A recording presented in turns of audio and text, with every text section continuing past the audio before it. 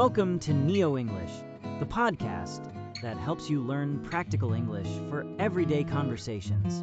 Today, we are talking about Bitcoin and what's happening to short-term holders.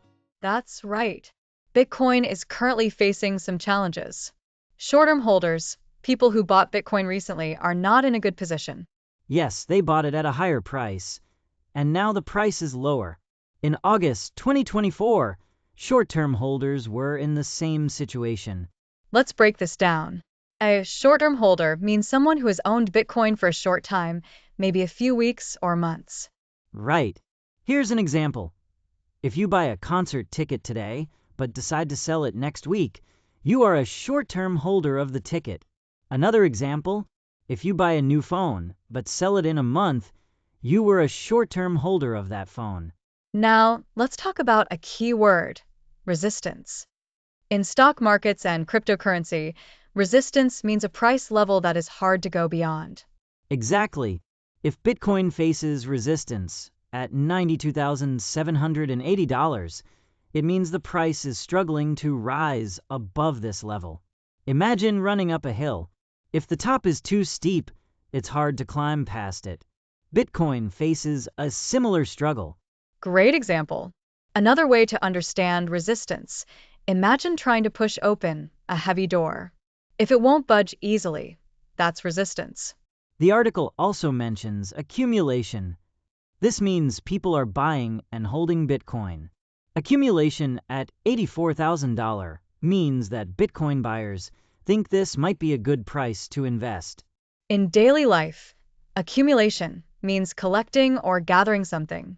For example, dust accumulates on furniture if you don't clean for a while.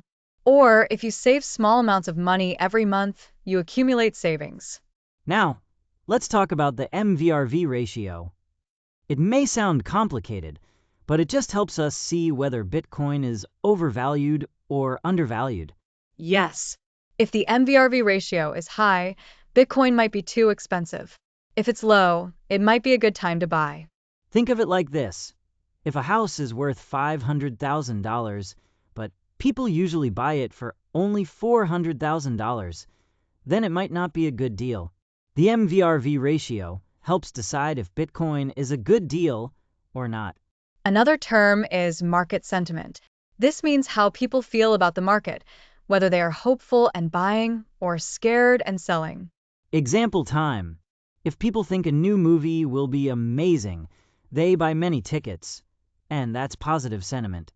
But if early reviews are bad, people avoid it.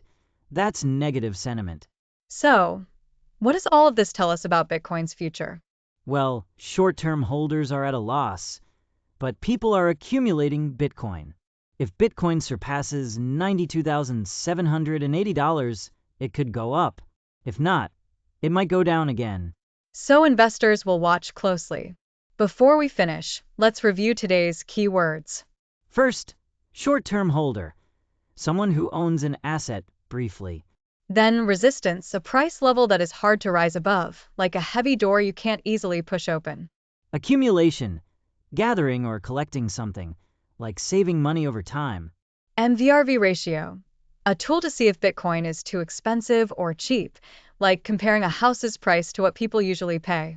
And finally, market sentiment, how people feel about the market. If they are hopeful, they buy. If they are scared, they sell. Let's imagine a simple story to help remember this.